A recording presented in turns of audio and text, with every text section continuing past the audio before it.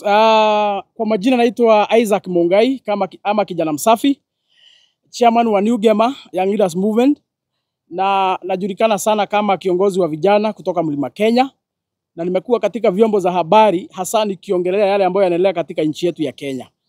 Na siku ya leo kuna kitu ambayo ningetaka kuuzia ambayo imefanyika 2 days ago, na niliona rafiki yetu ambaye anaitwa Obina alienda kule wa Munyoro na wakafanya show na kiongozi wa chama cha DCP ambaye anaitwa Rigathi Gachagua, the second deputy president of the Republic of Kenya. Na wakafanya show mzuri sana. In fact, he was well received at wa Munyoro by the Rigathi Gachagua and his wife. Na wakakuwa na wakati mzuri sana, hata in fact alilala huko, wakachinjiwa, wakafurahiwa, and the show was good actually, na tunafurahia kwa sababu ya hiyo. Na siku ya jana nikasikia Oga Obina akipatiana maoni yake, anasema ya kwamba alifurahia kukuwa na wakati mzuri with the people's deputy president akimfanya hiyo show, na akasema vile vile anatafuta rais wa Jamhuri ya Kenya Bwana William Ruto pia yeye amfanya interview at least asikie from the other side. Na akasema pia vile vile atasukuma mpaka atafute Raila. Akasema atapatia wale viongozi wote nafasi, kila mtu ajieleze side yake. Na hiyo ndio ile uhuru ambaye mimi nikiwa kama kijana nafurahia. Watu ambao ni watoto wetu ambao wameingia katika hii mambo ya content creation, wale ambao wameingia katika media, wale ambao wako na platform zao. Hiyo ndio ile uhuru ambaye nimekuwa nikitetea kama kiongozi wa vijana, nikisema ya kwamba hao watoto wetu ambao wameingia hii mambo ya media, tuwapatie uhuru wao sisi kama wanasiasa. Leo kama ni huyu amepatiwa nafasi ya kuongea, anaongea yake kulingana na mrengo yake. Kesho yake pia kama ni wewe umeitwa na uko pande ile nyingine ya mrengo mwingine, ukiitwa hapo peana yako. Lakini hii maneno nimeona kwa sababu iko kijana yetu hapa anaitwa Koge wa Koge's Corner. Na ile siku ameanza hiyo show, huyo kijana wetu, na nataka nimuongelee kwa sababu yeye ni kijana kama mimi. In fact, he's my agement, he's a youth like myself. Ile siku ameanza hiyo show yake, amekuwa akiita watu kutoka mirengo yote. Tumemwona akiita watu kutoka wa Munyoro, akiita kina Karongo Dhangwa, ameita kina wa Mushomba, ameita kina Ketu wa Ruguru, ameita wafuasi wote wa Rigiji katika ile show ili waelezee wale wananchi ambao wanawafuata ile vile mambo inaendelea katika siasa. Vile vile tumemwona pia akiita viongozi kutoka pande ya serikali, ndivyo pia wao wapatiwe nafasi waelezee wa Kenya nini serikali inafanya. Na hiyo ndio ile uhuru ambaye tumekuwa tukitetea kwamba vijana wetu wale wako katika media wapatiwe nafasi, wanaita mrengo hii, wanaita mrengo hii. Kwa sababu hiyo ndio kazi ya hiyo ndio kazi ya media. Lakini mimi nashangaa, na nataka hasa watu kutoka jamii yangu ya Mlima Kenya hapa mnisikize vizuri. Ile siku Obina ameenda wa Munyoro kuinterview Rigathi Gachagua, hatukusikia watu wa mrengo ile nyingine ya serikali wakisema Obina amenunuliwa. Hatukusikia hiyo. Hatujasikia watu kutoka jamii ya kina Oga Obina wakimpiga vita ati kwa sababu ameenda wa Munyoro ati wakimwambia umenunuliwa. Hatukusikia hiyo. Na mnajua Oga Obina amekuwa akiita kina Joho, ameita kina Oscar Sudi, ameita watu wote kwa serikali katika hiyo show yako kuwahoji. Saa hii vile Oga Obina ameenda wa Munyoro, hatukusikia mtu yote katika mrengo wa William Ruto. Hatukusikia mtu yote kutoka jamii ya kina Oga Obina wakisema ya kwamba Obina amenunuliwa na wa Munyoro. Lakini huyu kijana wetu Koge ile siku ameenda kuinterview Oscar Sudi, tulisikia watu ya jamii yetu wakipotozwa na mgeni kutoka nje anaitwa Marara akiwaambia kwamba ati show ya Koge's Corner imenunuliwa. That was very wrong. That was very wrong. Na mnisikize vizuri sana hapa jamii yetu. That was very wrong. Kwa sababu Koge amekuwa akiita watu wa mrengo ya Rigathi Gachagua, including myself. Mimi mnajua ni mtetezi wa Rigiji. Mimi mnajua wazi mimi ni mtu wa mkono wa Rigiji.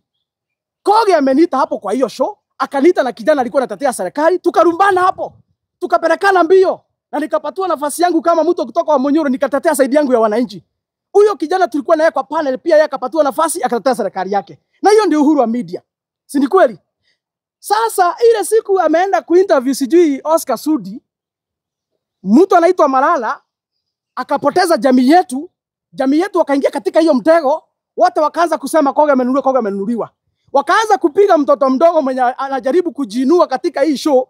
Yule mtu ambaye tunaweza hitaji hapa kwa hii jamii yetu, tukaanza kumpiga. That was very wrong. Na niambia jamii yetu, ni vizuri sasa msome na wale wengine.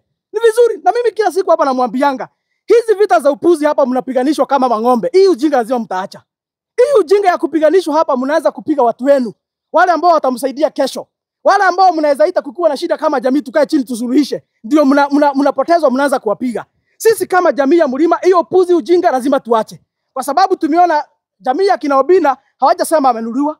Watu wenye kwa serikali pia hawakusema hivyo. Na niambie hawa kina nani, kina Karongo Athang'wa na kina Wambuchomba, even though mimi niko katika mrengo wao, even though mimi napinga serikali, even though mimi nachukia Sudi, in fact tukipatana na Sudi hata tunaweza pigana mangumi, mwenye atapigwa tu apigwe. Mnajua hivyo, mimi sipendi Sudi.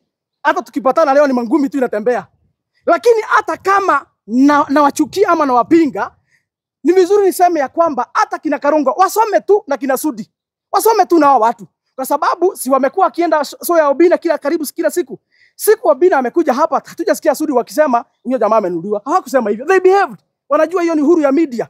Leo ni huku, kesho ni huku. Wanajua hivyo. They behaved. So niambia kina Medho and the rest, hii group yetu hapa, hii siasa ndogo ya upuzi kuleta ma feelings kwa biashara za watu ama kwa wana vijana wetu wanainuka, hiyo ujinga lazima tutaacha. Wasome na kina watu wa mlengo ile nyingine, kuambia mtu amenunuliwa, hiyo lazima tuache kupiganisha watu wetu. Hiyo lazima tukome, kwa sababu hawa majenzi, na ni vizuri tuongee hii. Kama tunasema sisi kama mlengo wetu tunasupport Gen Z, si ndivyo tunasema? Si kiongozi wetu Rigijia yeye kwa mstari wa mbele, hata inasemekananga yeye ndiye mwenye Gen Z. Kama tunasupport Gen Z, the young content creators tuko nao hapa leo hii, kwani asi Gen Z? Si karibu wote ni Gen Z. Wote si ni vijana ambao wanajaribu kujiinua. Sasa tukianza kuwapiga leo kwa sababu ati tumewaona leo wameenda ile mrengo mwingine kuchukua content, tunaanza kuwabadika majina wamenunuliwa. Ni vizuri tuache kupoteza jamii yetu na tuambie ukweli, tuambie kwamba hawa vijana mnaona katika Mlima Kenya haswa mahali mimi natoka, wameingia katika hii mambo ya content creation. Wako na show zao, wako na platform zao, wanaita watu wanawahoji. Ni vizuri tuwashikilie, tuwasupport na tukubali ya kwamba platform zao zinafaa kuwa neutral.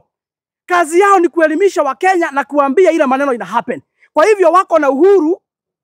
Leo walete mtu wa Rigathi Gachagua, hii siku nyingine walete mtu wa William Ruto. Hata kama tunapiga wale majamaa, wapatiwe nafasi yao pia wajieleze.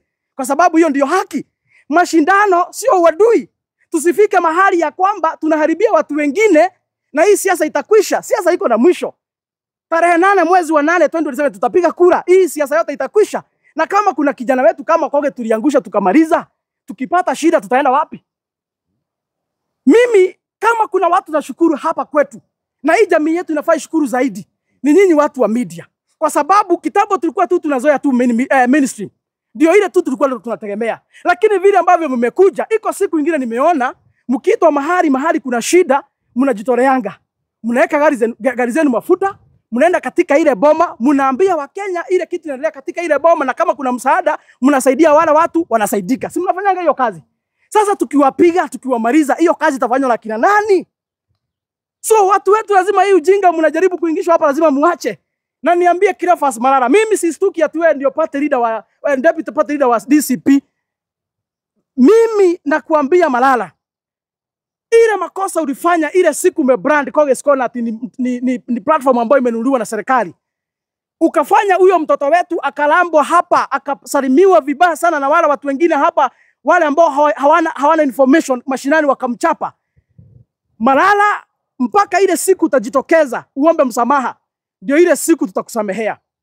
Mimi si stuki ati wewe ni deputy party leader wa DCP, I don't care. Lakini hii siasa itakwisha, iko na mwisho. Lakini tukimaliza kijana mwingine mwenye kama jamii tutategemea kesho, siasa zikikwisha tutaenda wapi?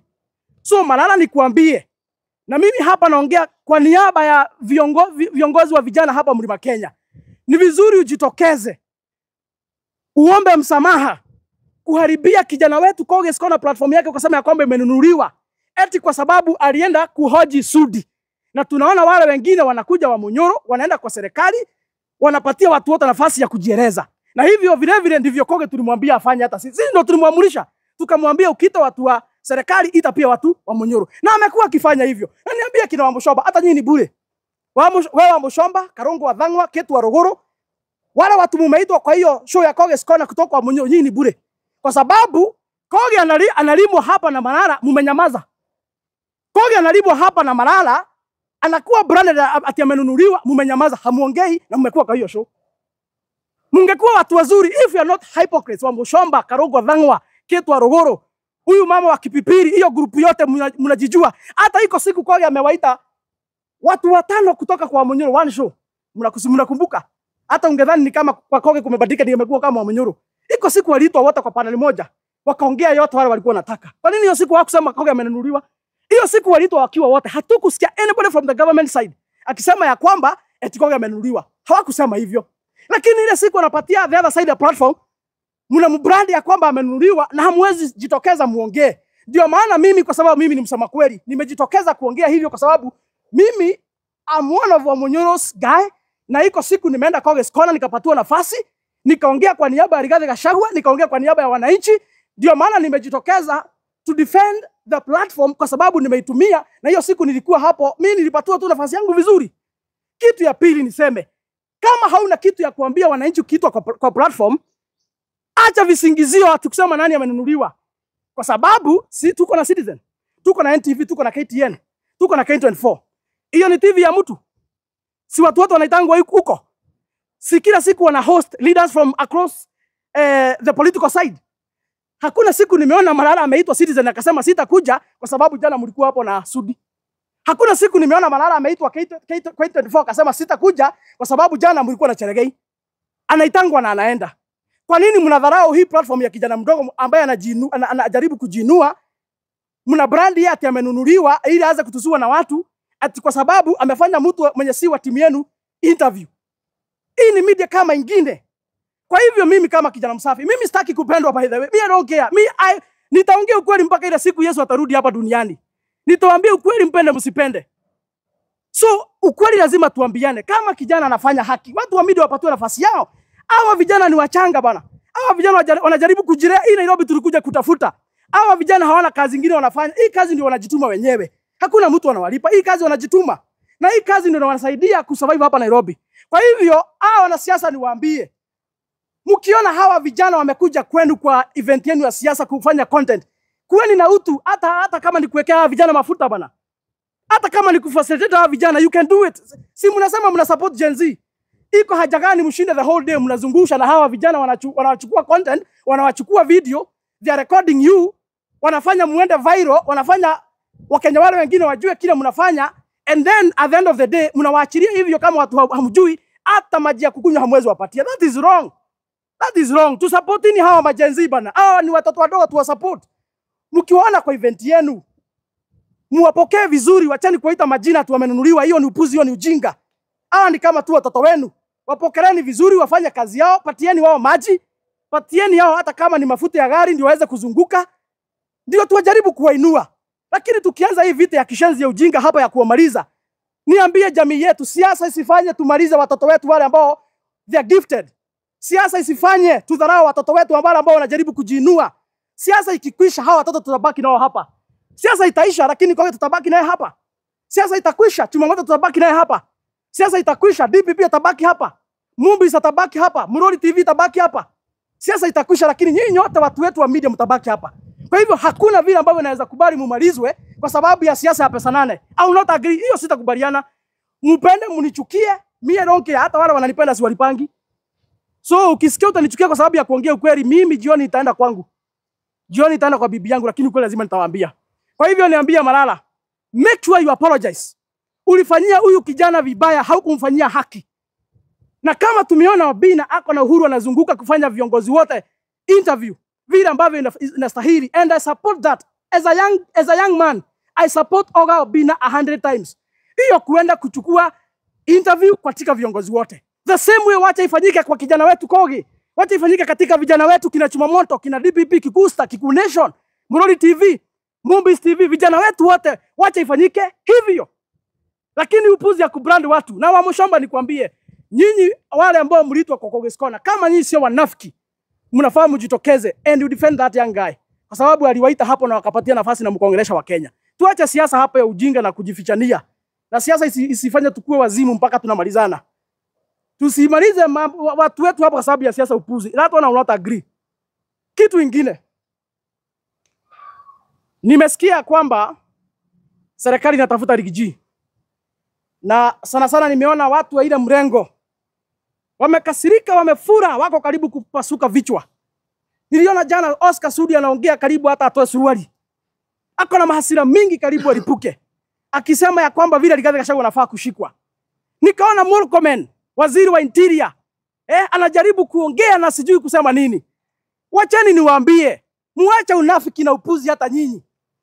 Ile kitu Rigijia alisema ya kwamba kama mtaiba uchaguzi ya 2027 hakutakuwa na kanisa hapa ati tutafurahia tutaomba tuseme haleluya Bwana asifiwe. Ile kitu alikuwa anamaanisha kama mnataka amani idumu katika nchi yetu ya Kenya 2027 mwakishi ya kwamba uchaguzi imefanyika katika njia ya haki na ukweli. Hiyo ndio ile kitu alisema. Na ile vita ilitokea 2007. Hakuna mtu anaweza taka vita kama hiyo unless yule mtu ambaye ni mjinga. Mimi kama kiongozi wa vijana nimekuwa mstari wa mbele kukosoa William Ruto nikimwambia hii mambo ya abduction sio mzuri. Nimekuwa mstari wa mbele nikimwambia hii mambo ya kuwa Gen Z sio mzuri. Alafu mnafikiria naweza simama hapa niunge mkono eti vita watu watakuja kupigana vita kuuana. Yule mtu ambaye anaweza shabikia vita katika nchi hii yule mtu ambaye ni mjinga. Hakuna mtu ako na akili timamu. Hakuna mtu ambaye ako na akili timamu anaweza shabikia mambo ya mauaji ama mambo ya vita. Na kwa hivyo sisi zote tunakubaliana, both opposition side and the government side, zote tunakubaliana ya kwamba hatutaki vita katika nchi ya Kenya, hatutaki mtu hata mmoja akufe katika nchi ya Kenya, lakini ndio hiyo isifanyike, lazima hata nyinyi mkubali ya kwamba kwa sababu nyinyi ndio serikali, uchaguzi utafanyika katika njia ya ukweli na haki. Lakini si hiyo ujinga nasikia kina Ngeno, nasikia kina Oscar Sudi wakisema ya kwamba ati nyinyi mshaiona ati president wa tamu moja. Ati Ruto lazima aende tamu mbili. Ati Ruto hata asipochaguliwa tutajua vile tutafanya kura itoshe. Nimesikia hiyo matamshi kiongewa na kina Ngeno na kina Sudi. Kwa hivyo Murkomen, wacha nikuambie, kabla ukuje kushika Rigathi Gachagua, kwanza shika hao wakora, weka ndani kwanza.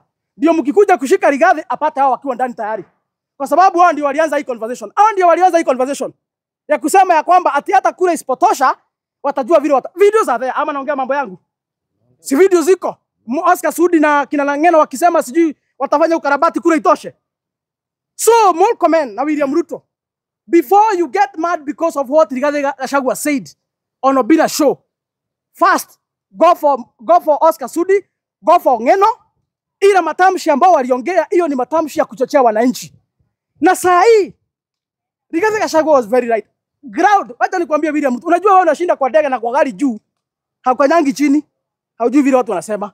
Kwa sababu William Ruto kama hayuko kwa ndege ako kwa gari juu. Si ni kweli? Hakuna siku William Ruto anakanyanga chini kusikia Wakenya wenye wanasema. Wacha William Ruto nikwambie vile ground iko. The mood on the ground. Mkijaribu kubango na uchaguzi, mkijaribu kufanya ukarabati yenu hapo, ile hasira iko na Wakenya italipuka. Hiyo ndio ile kitu Rigathi alikuwa anajaribu kuelezea. Mkijaribu kucheza na uchaguzi, ile hasira iko na Wakenya italipuka. Kwa hivyo kama hamtaki hiyo hasira ilipuke, kama mnataka tukue na Kenya ambayo iko na amani, muhakikisha kwamba jukumu lenu kama serikali, mmefanya wajibu wenu wa kuhakikisha kwamba uchaguzi unafanyika kwa njia ya haki na uhuru. Mwenye anaenda nyumbani aende na amani. Wenye wanabaki wachukue serikali nao wabaki wakitawala. As simple as that. Mkifanya hivyo hakuna vita itapatikana Kenya na tutaishi vizuri.